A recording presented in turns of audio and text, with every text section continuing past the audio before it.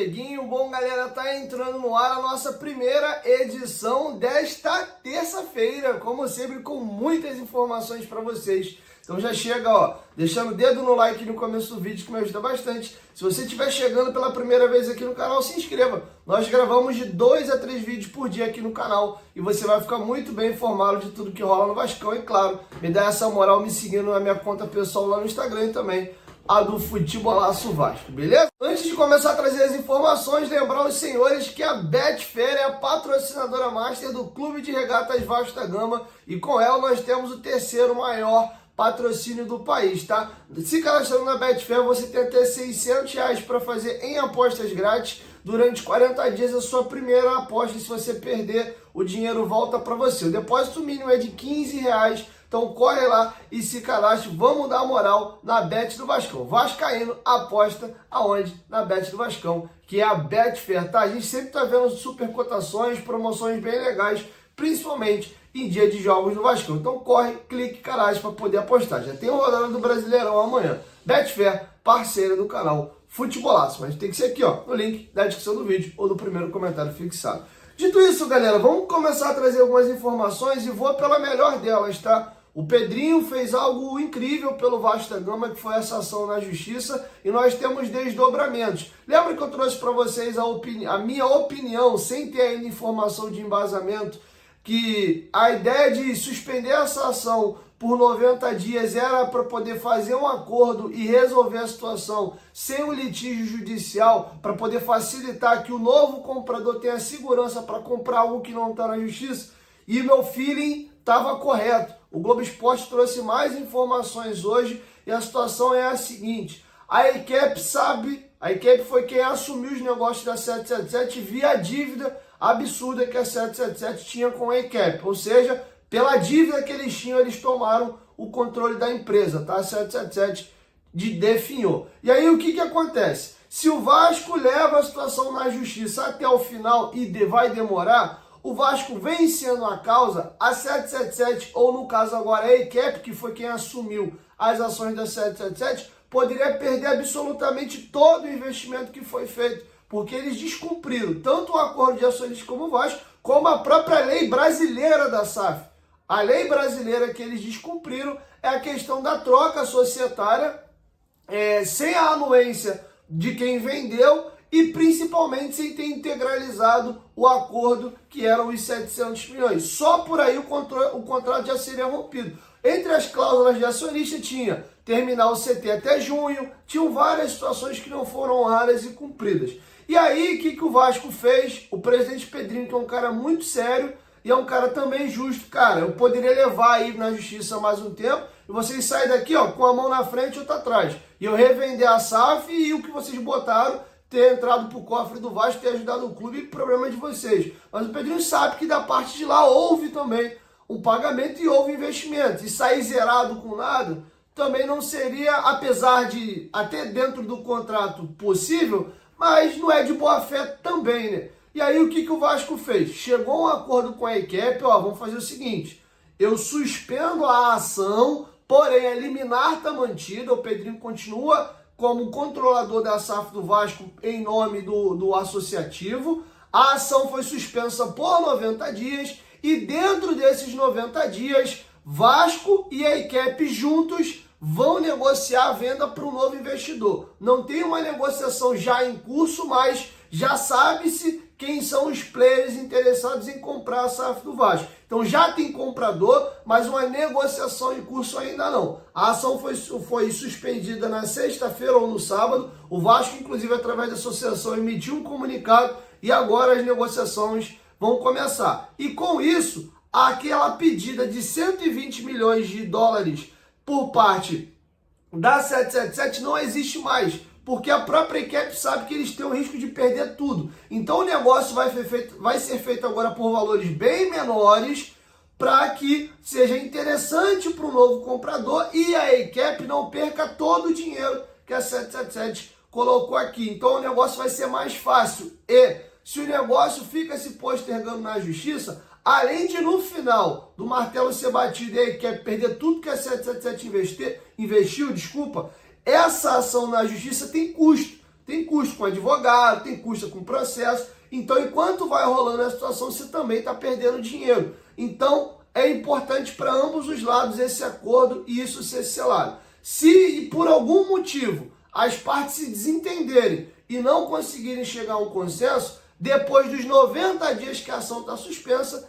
ela é retomada do ponto que ela parou. Ou seja, teria tido ali uma perca de 3 meses ali para ambas as partes, o processo rola. Mas não é interessante nem para o Vasco, que pretende sim ter um novo proprietário da SAF, e nem para a ICAP, que se voltar para a justiça, corre o risco de perder tudo. Então, dentro desses 90 dias, a gente está falando de agosto, setembro e outubro, a ideia é que esse negócio seja sacramentado ou, pelo menos, fique bem encaminhado já. Se não conseguir concretizar tudo dentro de 90 dias, pelo menos encaminhar a venda. E aí, dentro disso, o Pedrinho está fazendo algumas operações que irão garantir as contas do Vasco em dia até o final da temporada, tá bom? Então, esse é o panorama atual do Vasco. Então, mais uma vez, parabenizar o presidente Pedrinho, que não só conseguiu salvar o Vasco de virar uma massa falida, porque a 777 estava quebrando, e ao mesmo tempo conseguiu também resolver a questão dentro de campo, e é o que eu vou começar a falar com os senhores agora. Eu gostaria de explicar o novo momento do Vasco no campeonato através de números. Até a 10ª rodada do Campeonato Brasileiro, que foi quando o Rafael Paiva assumiu, o Vasco tinha os seguintes números. O Vasco tinha tomado 22 gols em 10 jogos, ou seja, o Vasco tinha uma média de 2,2 gols por partida sofrido, e o Vasco havia marcado 7 gols. O Vasco fazia menos gols do que jogos, ou seja, dos 10 jogos, no máximo ele fazia um gol, e quando não, às vezes passava com placar, em branco. Com a chegada do Paiva, o Vasco agora tem 8 jogos. E nesses mesmos 8 jogos, o Vasco marcou 13 gols e sofreu 7. Está com saldo positivo aí de 6 e, ao mesmo tempo, tem feito mais gols do que jogos e tem tomado menos gols do que jogos também. Então é outro ponto positivo. E a melhora do Vasco se dá pela parte defensiva. Primeiro o Paiva acerta a defesa e depois o Vasco automaticamente vai conseguindo construir alguma coisa para frente. Mas o Vasco é um time extremamente frágil. Não à toa sofria muitas finalizações e tomava muitos gols. Eu acho que o símbolo dessa era marca-fofo era Galdames e Sforza como volante no meio campo, e o Payet também, juntando os três, ali o Payet como ponta esquerda. Esses 3 jogadores como titulares juntos deixavam o Vasco uma equipe muito exposta e muito frágil. O Payet você ainda pode e deve utilizar no time, mas agora com Hugo Moura e Matheus Carvalho atrás. Você pode usar o Payet, você pode usar o Coutinho, mas tem 2 volantes que pegam, que brigam e que marcam. E vamos aqui a alguns números, tá? O Vasco, nesse momento, tem 2 dos 3 maiores ladrões de bola do campeonato. Eu tinha dado a informação para vocês na semana passada que o PH estava no top 5 de jogadores que mais roubavam bola no Campeonato Brasileiro. Ele não só está no top 5 ainda, como pulou para o top 3, e o Matheus Carvalho entrou nesse top 3. O líder de desarmes no Campeonato Brasileiro é o lateral direito do Cruzeiro, William, com 47 desarmes. O Paulo Henrique é o segundo maior ladrão de bolas no campeonato, com 39. E o Matheus Carvalho vive a sua ascensão absurda de desarmes. Lembrando que nas 10 primeiras rodadas ele jogou bem menos, ou seja, tem jogadores como o William e o próprio Paulo Henrique com mais desarmes que ele, mas com muito mais quantidade de jogos. O Cocão chegou a 37 desarmes, tá? Então, dos 3 maiores ladrões de bola do campeonato, 2 são do Vasco da Gama. Outra situação que me chamou a atenção são os números do Paulo Henrique individualmente. Vamos aqui o Paulo Henrique comparado aos demais laterais do Campeonato Brasileiro. O Paulo Henrique é o lateral que mais tem dribles certos, ele fez 21 dribles no campeonato. Ele é o segundo lateral que mais desarma, o primeiro é o William do Cruzeiro, como eu afirmei. Ele é o segundo lateral que mais vence duelos no chão, são 79 duelos vencidos. E ele é o terceiro lateral do campeonato que mais tem interceptações. Então o PH, ele está entre o top 3 de ações de laterais no Campeonato Brasileiro em 4 quesitos. O Paulo Henrique é muito rápido, o Paulo Henrique dribla bem, o Paulo Henrique defende bem, ele chega à linha de fundo, só tem um problema grave ainda no jogo do Paulo Henrique. Tomada de decisão no terço final e qualidade no cruzamento.